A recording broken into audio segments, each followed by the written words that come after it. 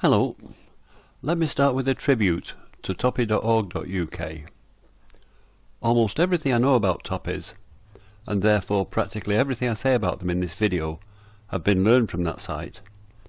It's a brilliant resource. Recently, when contemplating a move to a SATA drive, I went to Toppy.org.uk and got confirmation that, as expected, some sort of IDE to SATA converter would be needed. However, I also found that it's not straightforward. Some converters work, others don't, and of the ones that work, some work only with particular drives. It's a similar story with drives. Some are fine, others seem incompatible.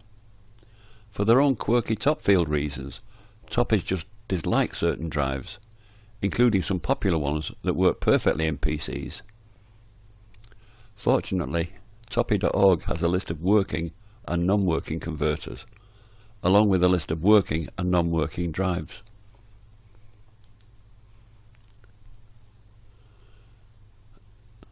Then I was surprised to be reminded that old 40-wire IDE cables are obsolete and need to be replaced with modified 80-wire versions.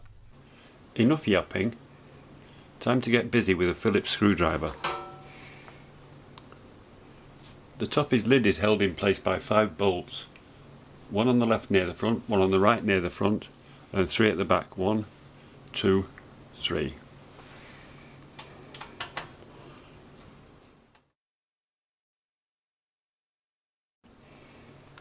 Time to remove the lid, the sides of which have a lip that go underneath the chassis. Fortunately, the whole thing is flexible, so we pull it towards us, near the bottom get the thumbs in and flex outwards so that those lips come away from the chassis. Lift up and chuck it on the floor.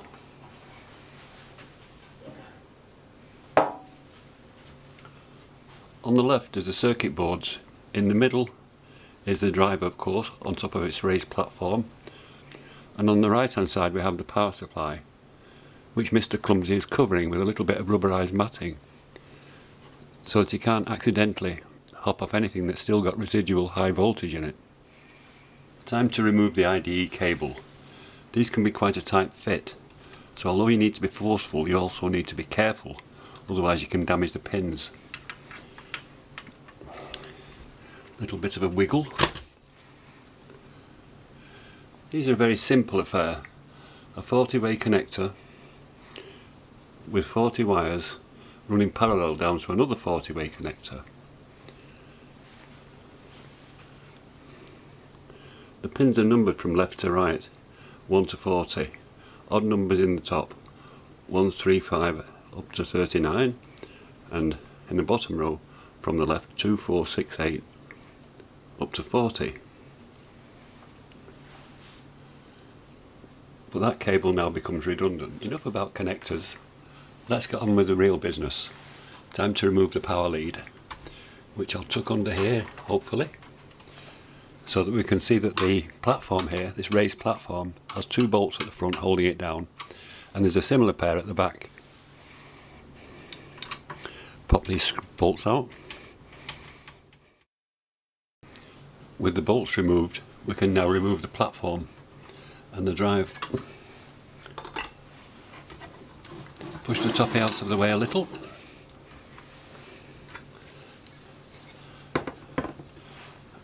Time to release the IDE drive from the platform. Pull screws, or bolts I should say.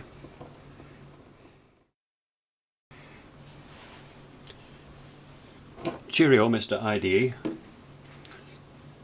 Hello, Sata.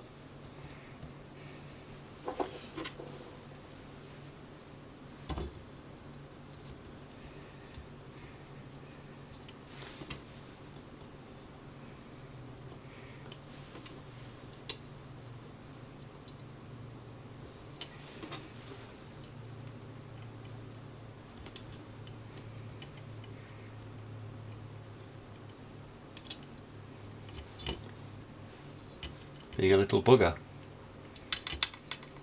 Okay, time for a quick screw.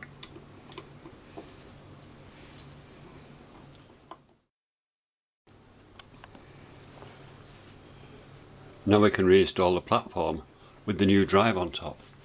Isn't this exciting?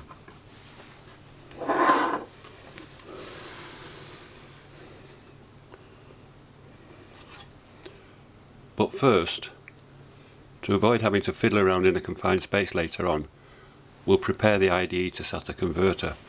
It comes with this power splitter.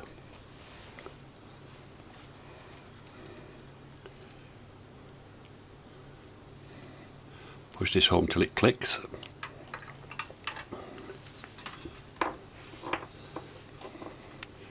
Join the Molex connectors until they click, and place it somewhere where we think it's about right. Be good to put it the right way around, Kev. Make sure at the back that it's not fouling anything.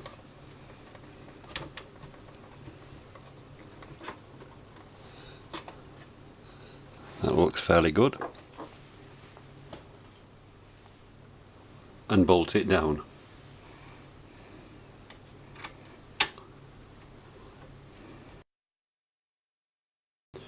Next is fitting the converter to the drive.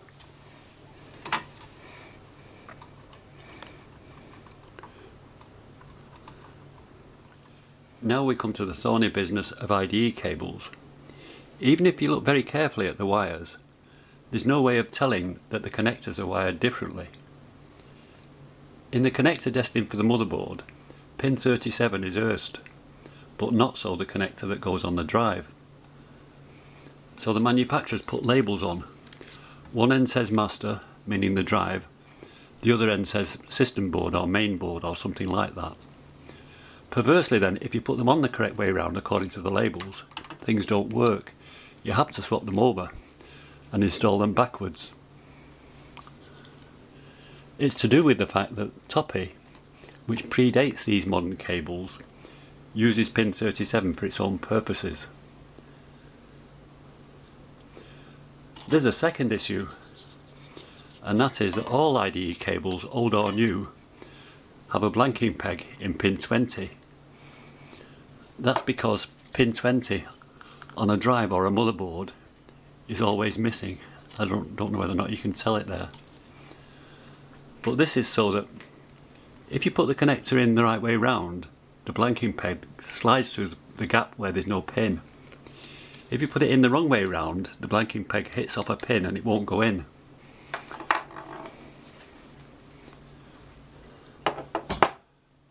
Toppy, in their wisdom, or as I say it, stupidity, chose not to have a blanking peg.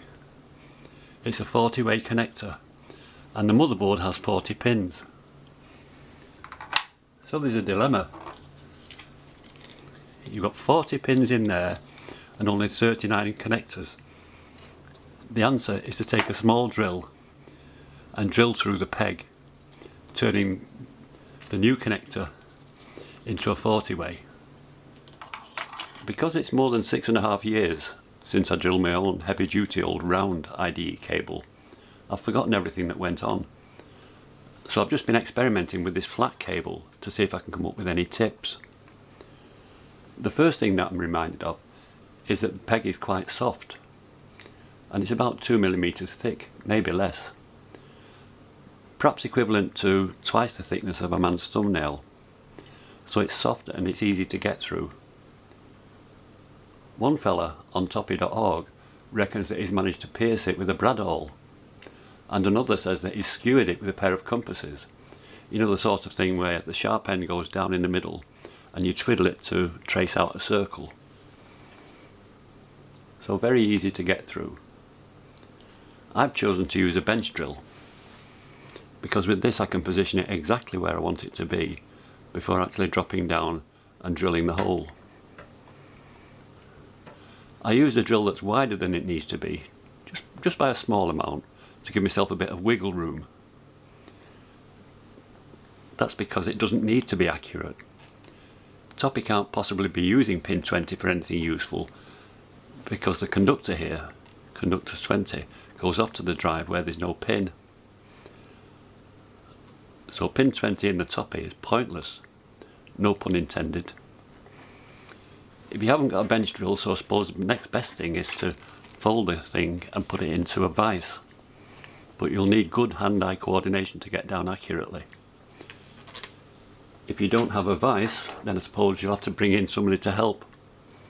Ideally somebody that you don't like, just in case of accidents. Whoops, sorry. So here's my cable. The master end has been drilled and is going into the 40-way connector. It's a big old heavy duty cable because I normally use it for an external drive like this, through a little cutout I've made in the back of the frame. I mention this for no reason other than the fact that I expect to have trouble flexing it, because it's heavy duty, to fit on the connector.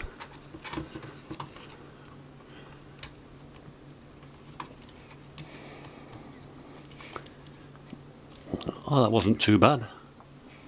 So there we are, that's ready for the lid to go back on. But I'm not going to bother with that because now I'm going to disassemble this lot to show how to do the same job with an external drive. The next 8 or 9 minutes cover upgrading to the new Sata drive as an external drive, where the IDE to Sata converter gets attached to an external IDE cable. Then there's what I consider to be a neater solution, a simpler approach as well, where the converter goes inside the Toppy and the only thing that's visible on the outside is this extension Sata lead.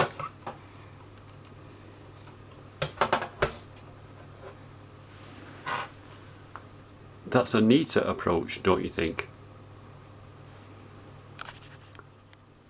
The drive's been split from its frame and these unusually long bolts are being put back in the little anti-vibration grommets, and I'm taping them down securely on the frame here so that I'll always find them automatically if I ever choose to go back to an internal drive. I doubt that I'll ever use this IDE cable again, but I'm keeping that as well.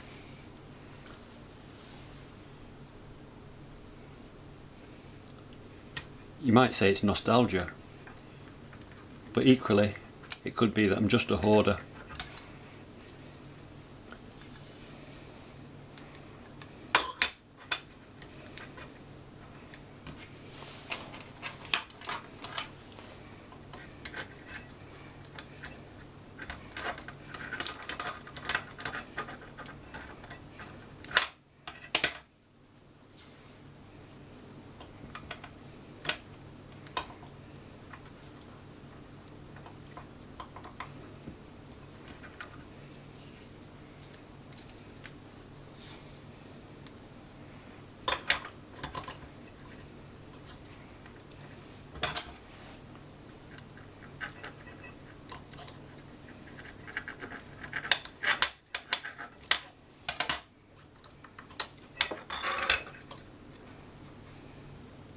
On the subject of adding an extension lead to run power out to the external drive, I googled 4-pin Molex extension lead. I was pleased to find that they're inexpensive, only about £2, and that they have standard colour coding, which I like because you know exactly what's what. Yellow, sometimes amber, 12 volts, which is for the relatively heavy duty job of kickstarting the drive spindle motor at power up. Red, which is 5 volts for everything else, and 2 black wires for ground, or earth as some people say. Then I spotted the Maplin's offering, which has dark coloured cables, and that's what I opted for, on the basis that they'd be less noticeable as they run round the outside of the Toppy. One end's attached to the Toppy's power lead, the other end's attached to the splitter that came with the converter.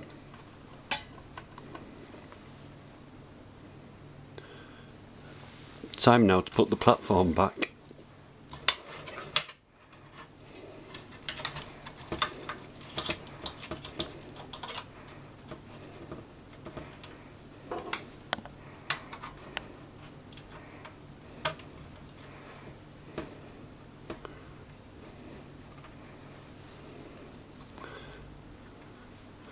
and then the Toppy's cover can be put back on. With its cover back on and fully bolted down, the top is beginning to look respectable again.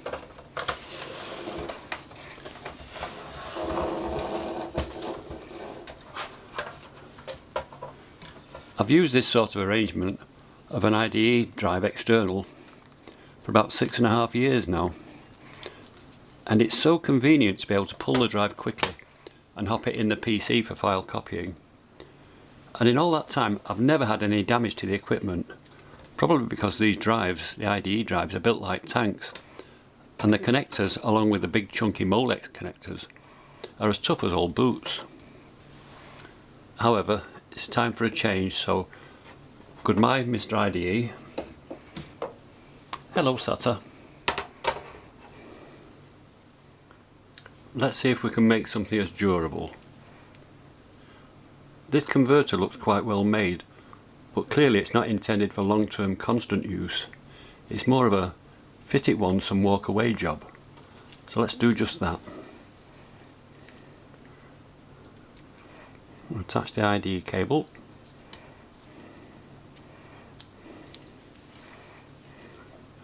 Give it some power.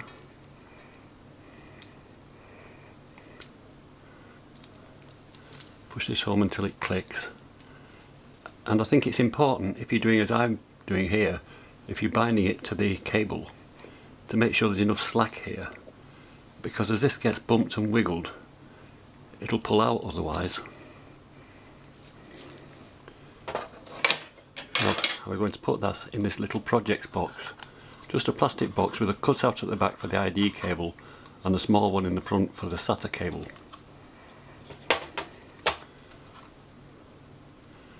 Now I'm introducing an extension SATA lead, SATA male to SATA female. This goes on as a one-time operation.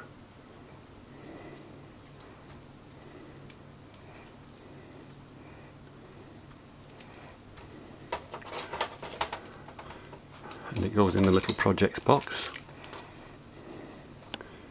It's folded over. And we chuck a lid on. Where's the lid? There we are.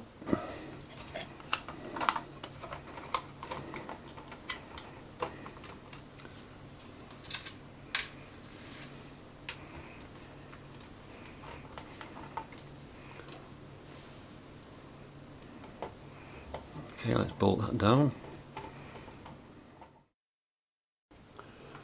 Let's try it.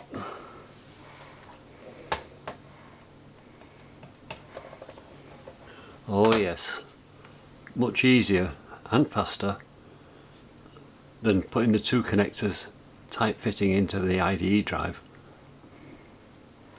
and removing it. Oh yes, I'm very happy with that. That's slick.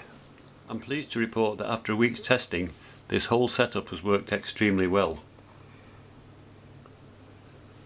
This small piece of black cable tidy has been added, just to hide the dark power lead and that big old dirty looking round IDE cable. Whilst it might look better cosmetically, at the same time it now all seems too bulky and ungainly.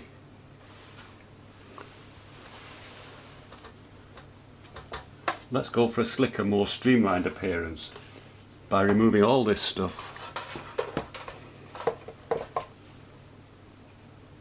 off with the lid.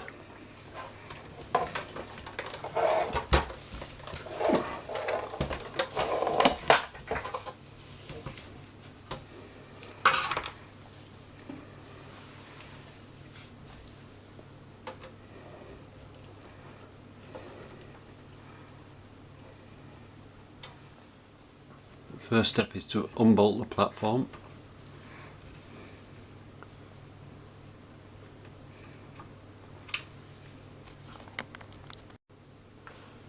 The second is to remove it, and then we can unhook the cables.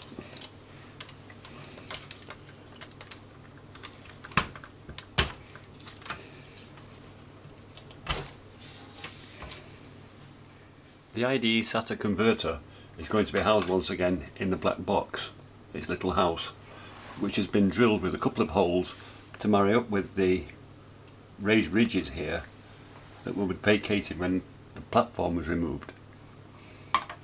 Of course it would drop at the back, so to compensate I'm going to use a couple of spacers. I don't have anything proper, so I'm just going to use these plastic pieces, covers from some knives.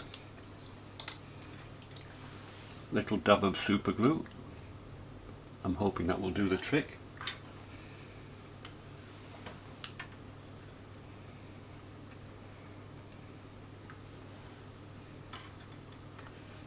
And then a couple more.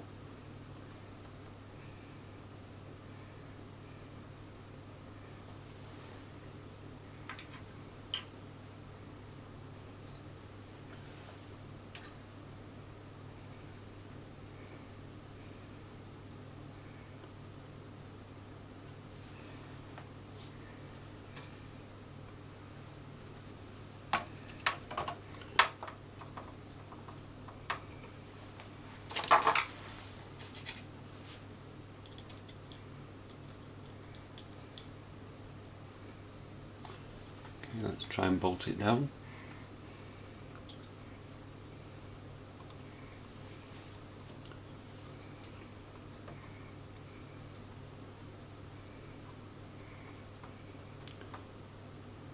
I can't quite see, I'm going to add a light.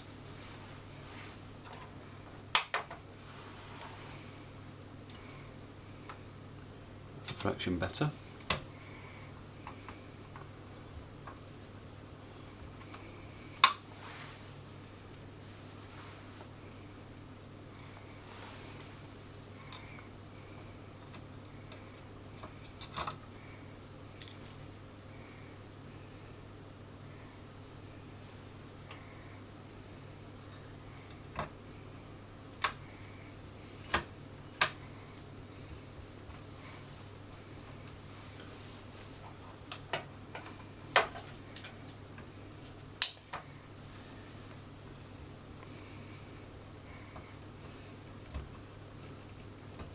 Yeah, that seems quite solid.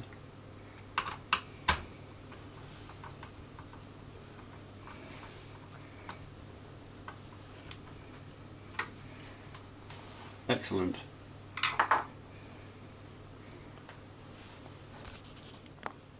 And now for the good stuff, starting with this flat IDE ribbon cable. This is normally the drive connector, and it's had its blanking peg drilled out so that it'll fit onto the Toppy connector that's 40 pin. Press home till it's nice and firm.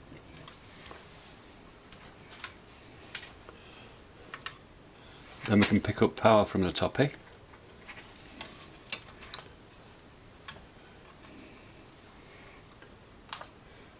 Which gets passed to the converter. Press home until she clicks. And then the converter can be married to the IDE cable.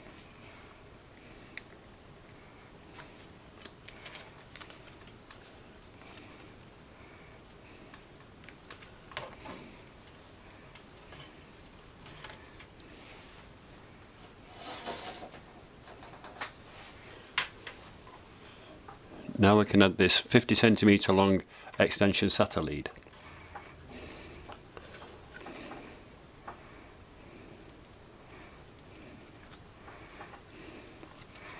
This will all go in the box, hopefully. Leave a bit of slack inside the Toppy and pass the cable through this grommet.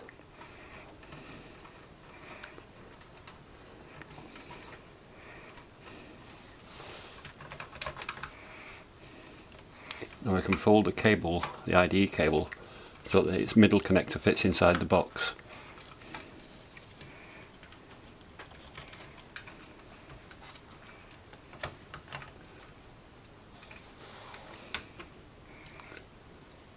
That looks good. Should be able to fit the lid now.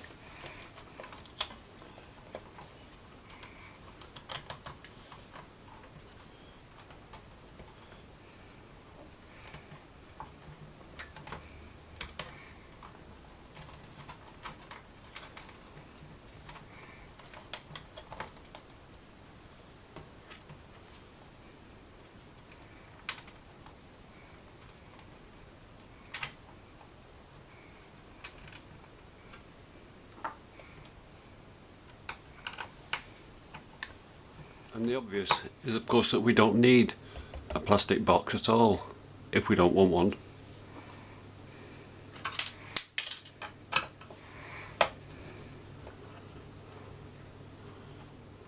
There must be 1001 different ways of achieving this, but we could at the simplest level just fold the cable round, for example. Anything to cushion the converter, and just use some tape.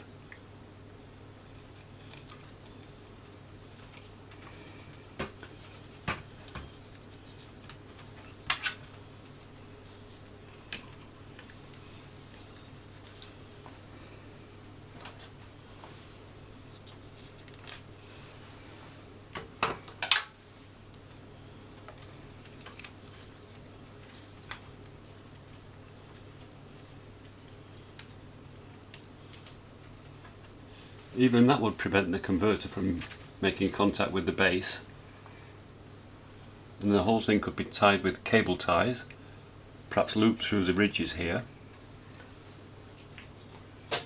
or even easier, just use some duct tape to batten it down. So the choice is yours, and I should have mentioned that earlier, sorry about that. My natural tendency is to batten everything down in boxes so that it can't move.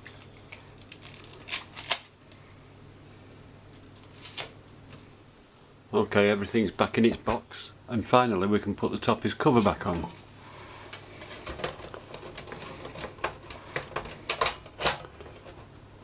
Making sure that it barely touches the grommet.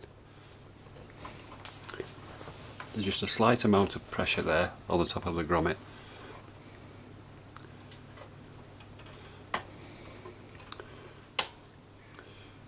With the cover bolted down, I'm now wondering what it's going to look like from the front.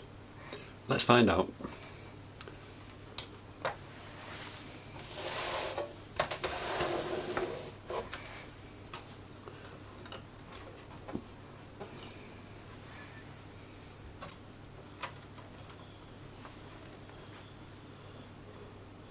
Oh yes, that looks good. Here's a price guide for the stuff seen so far on this video. Subsequent to buying that second item from Lindy, the ID to SATA converter, I've seen exactly the same thing on Amazon where it's £6 cheaper.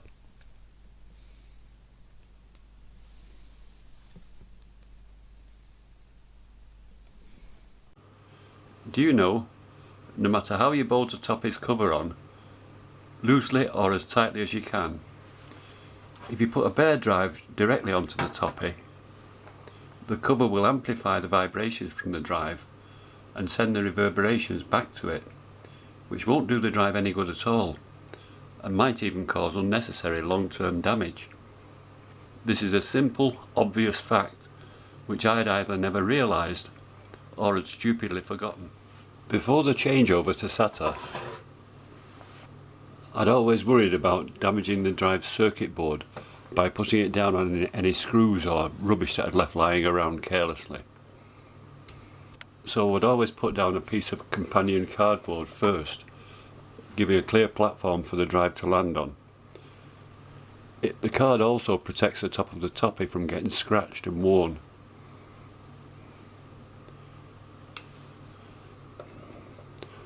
Once the drive's on the card's hardly visible. That's because it's exactly the same size as the drive. Well, it would be because it used to be a spacer in a box of new drives.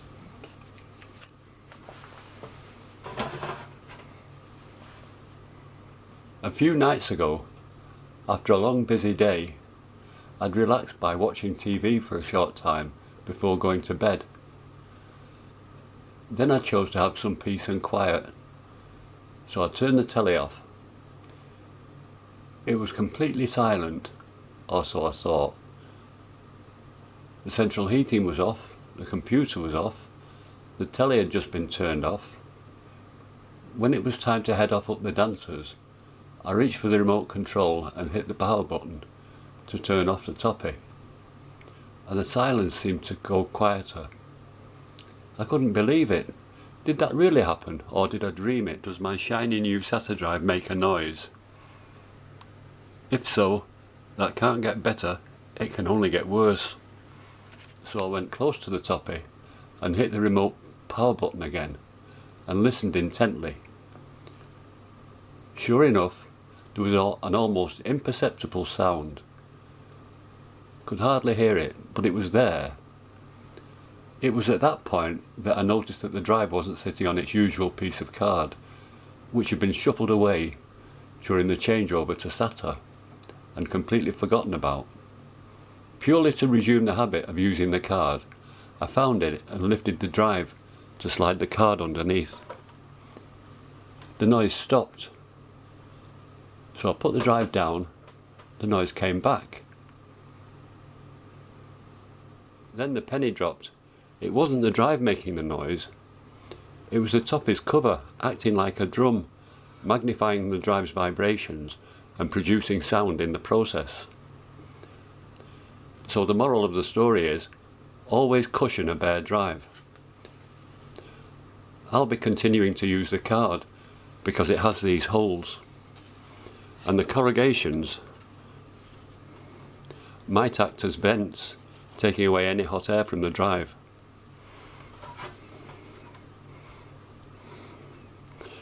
That's enough hot air from you, Kev. Get on with it.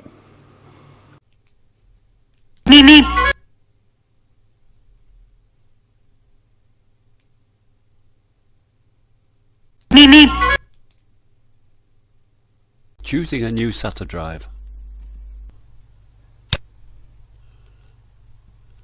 Toppy.org has a list of drives that are known to work okay in a Toppy, along with a list of drives that have been found to be incompatible. Even though the lists are out of date, it's worth taking a look, because there's some good points scattered about here and there. Toppy.org.uk.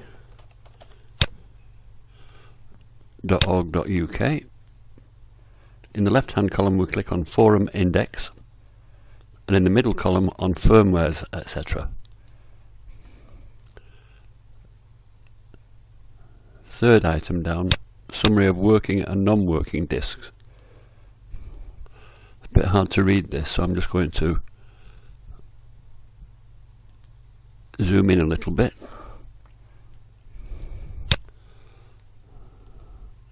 See, these updates are quite a while ago.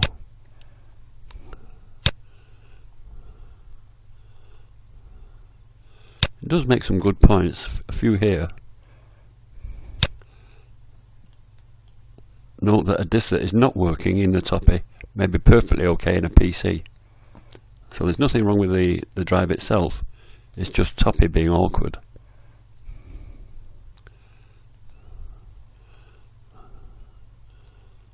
Zoom out again, put it back to 100%.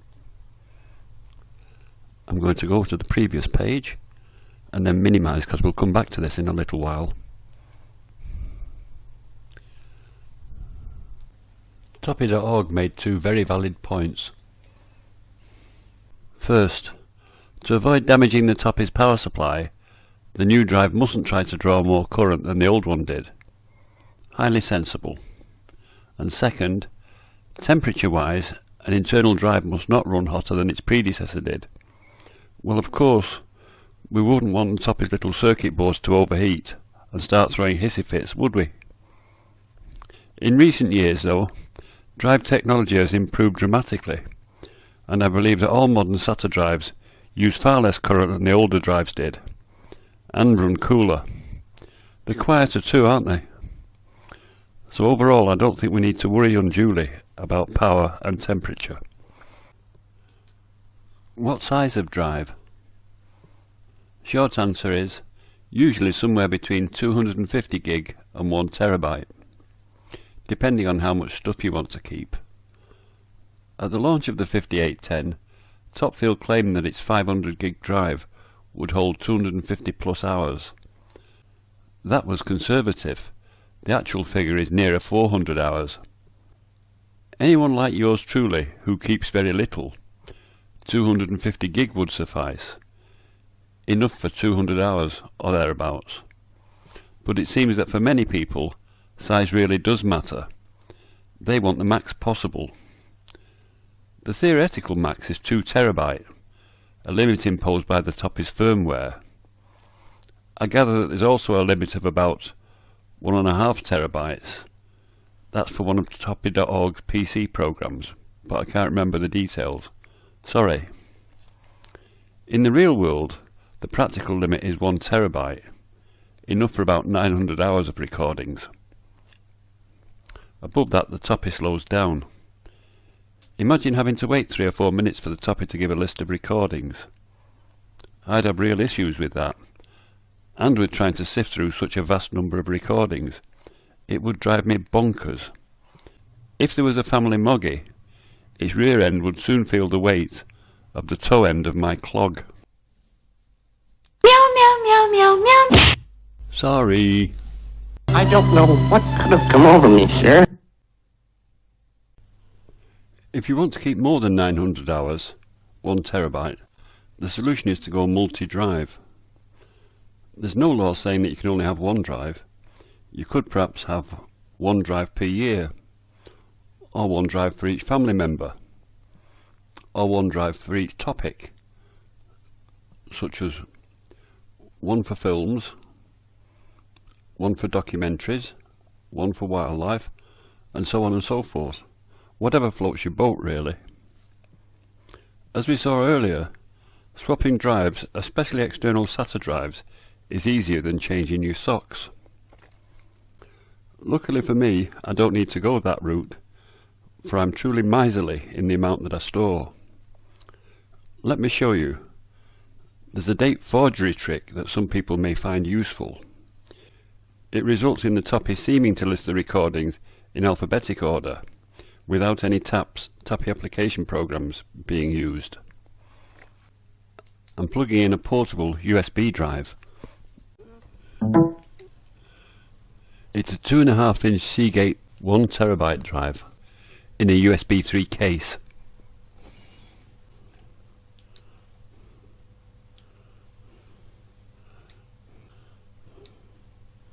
Open Explorer, and in the left hand column expand computer, and there it is, the Seagate Backup Plus drive, drive D. So we'll expand that and drop down to the folder called Toppy Recordings. Give it a right click and go to Properties, where we can see that there's only 80 files in there, occupying just under 55 gig. It's nothing, is it? And that's because earlier this year, toward the end of January, I did some severe housekeeping in the Toppy, deleting everything that wasn't needed long term. The drive was then taken out of the Toppy, brought to the PC, and all the files copied to this folder. So this really does show how minimalist I am in using the Toppy. Clicking OK. When I came in here for the first time and saw everything listed alphabetically, I thought, wouldn't it be great if the Toppy did the same thing when you go to Menu and then File? It'd be so much easier to find things if they were listed alphabetically, rather than Toppy's date order. So I set that as a project, and I decided on 3 steps. The first was to make sure that every name was meaningful. This one, for example, started life as Infamous Assassinations, which doesn't really say a great deal. So it was one of a series, and this particular episode happened to be about the death of Michael Collins. So as you can see, I changed it to Assassination of Michael Collins. The second step was to establish how the Toppy makes its list. It didn't take long to establish that it uses date modified. So the trick was to massage the dates to reflect the alphabetic order. So I came down to the end, to the last item, Winter 1963, the Big Freeze, which is dated 30th of January 2017. I knocked 5 days off that date and made the one before it the 25th of January. Knocked 5 days off that to make the one before the 20th of January. 5 days off that to make the 15th of January, and so on, all the way up to the top of the list. You might expect then that by clicking date modified, so that Windows gives us that order, they should stay the same. But they don't, they change slightly. I happen to know why. This second back in time for is a recent recording. See, it's dated 11th of October 2017. The one above it is 2015, the 5th of October. The one below it is the 20th of October 2015. So we need to change this one's date. So how do we change its date? Well, there's always more than one way of skinning a cat. And in this case I like to use this program, Smart Timestamp. I just like the way it works. I'll drop it down here below the one we want to change. We want to change back in time for the weekend too. And we want to change it somewhere between 5th of October and 20th of October 2015. Let's call it the 15th of October 2015 that we want this one to be dated.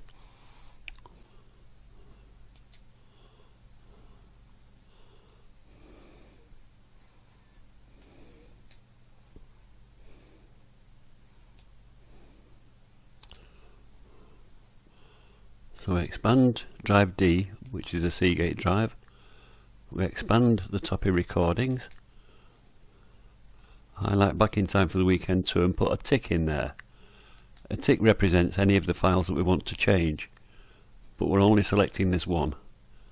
We're leaving the rest the same. We want to change the modified date, and we want to change it to 2015. Select 2015. Select October. We want the 15th.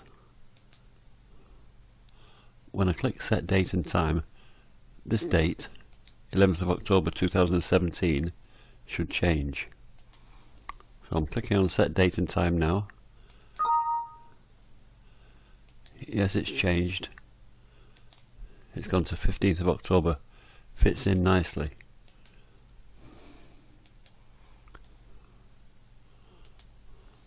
So thank you, timestamp, and cheerio. It doesn't matter that we've changed all the dates, because we can always get back to the original date if we want to. We just go to View, choose the details that are shown, and show, for example, date created, date acquired, archived, date created. Put a tick in there. OK. So now it shows over here, but I'd like that date moving to the left so it's next to date modified. Make life easier. So View, choose details. I'll click on date created and move it up the list. And move it up again so it's next to date modified. OK. So now we have our modified dates in this column. And the original dates, the real dates, in this column.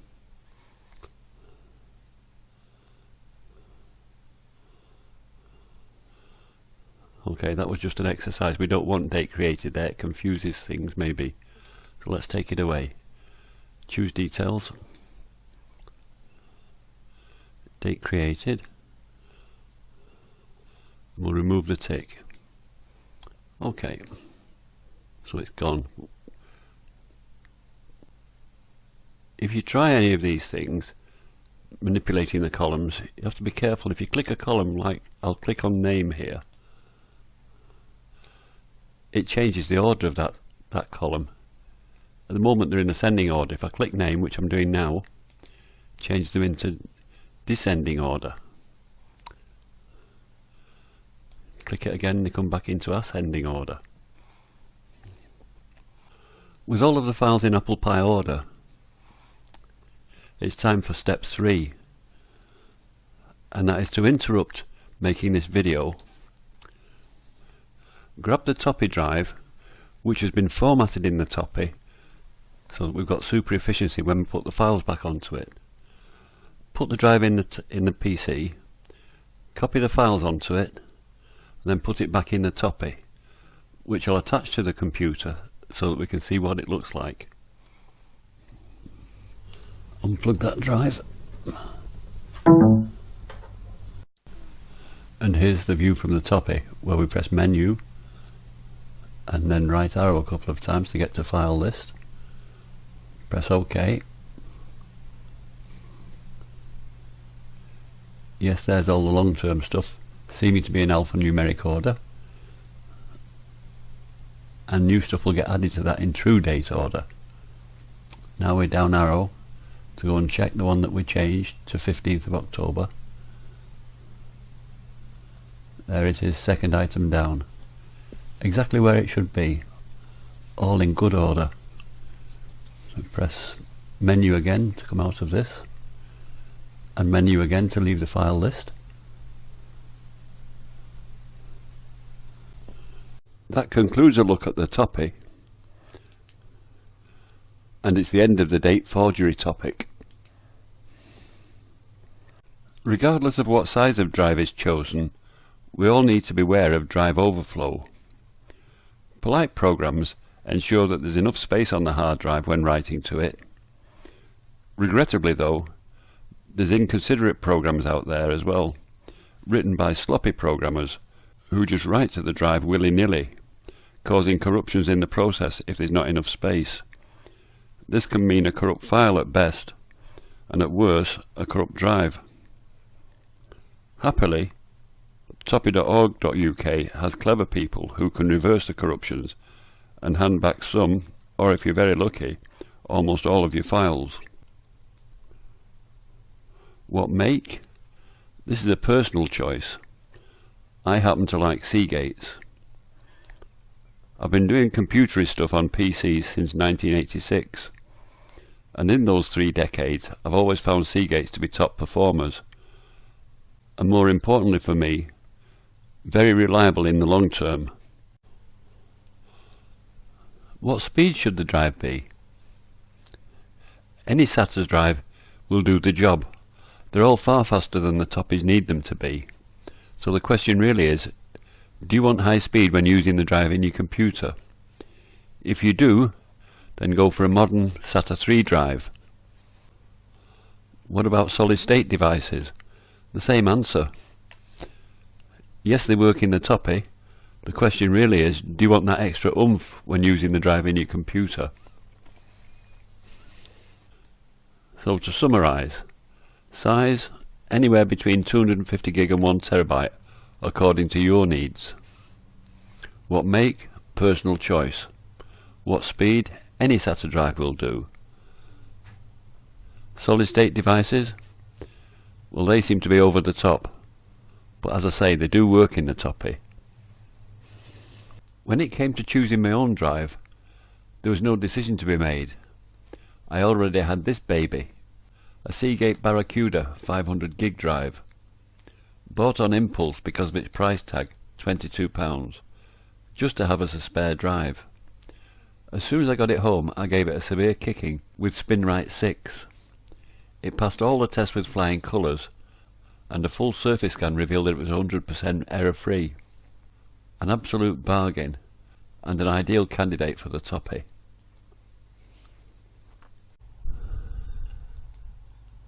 Now to the question of converters. Have to be careful because some converters just don't work. Although a converter's speed should not be an issue relative to the speed of a drive, because all SATA devices are said to be backwards compatible, thus a SATA 1 converter should be fine with any current drive, which will be SATA 3. However, I always prefer, from past experience, that adapters, controllers and converters and so on should be a match for the hard drive. So in my case, because I'd got a SATA 3 drive, I wanted a SATA 3 converter. Hence, I headed back to Toppy.org, which I've actually closed accidentally. I meant to leave it back at Toppy.org, but never mind. Toppy.org.uk, in the left hand column forum index, in the middle column firmwares, etc. And then second item down, SATA IDE converters, working and non-working models. When I got in here, the first thing that my eye struck was this statement. Apparently it's important that a SATA converter uses a Marvell chipset, whatever that might be. And then it gives other information and a lot of links showing which ones work and which ones don't. This first one, which has a smiley meaning that it works, is from a company called Lindy. I know Lindy. They're friendly, knowledgeable and helpful. Not the cheapest, but they always supply good quality products. So I click the link, but it's in German, so let's just make a note of the product number and nip over to their UK site, lindy.co.uk.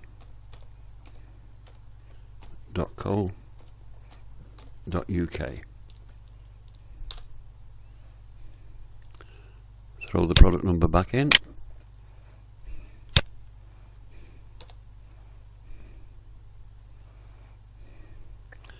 £10.99. Look at product details, and it's got a Micron chipset, not the Marvell chipset, but that was stipulated a little while ago. So, and then I noticed that it's only SATA 1, which wouldn't match my drive. So I popped down here, looked at this fella. This could go straight onto the motherboard, which would get around the question of IDE cables. Product details. Oh, this one's only SATA 1, so again it's not really what I want, and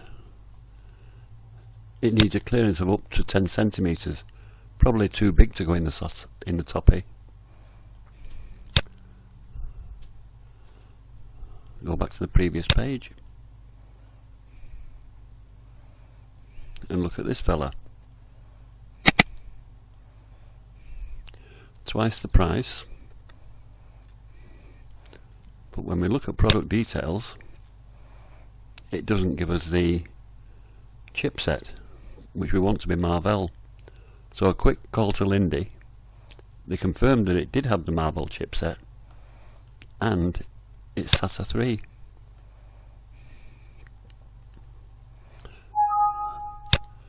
So I didn't really need to bother about looking any further. I was quite happy to buy this one.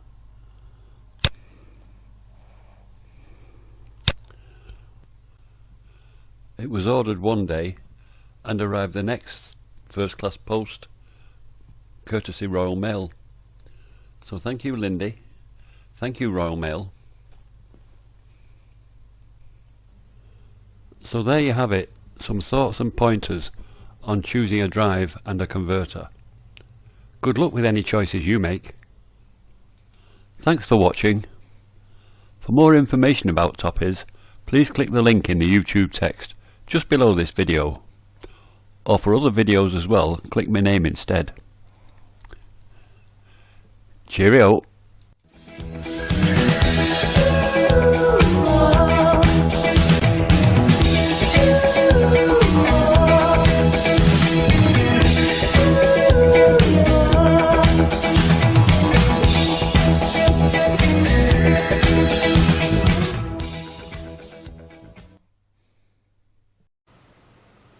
Don't look at me, I've already said cheerio. Go and look at something proper.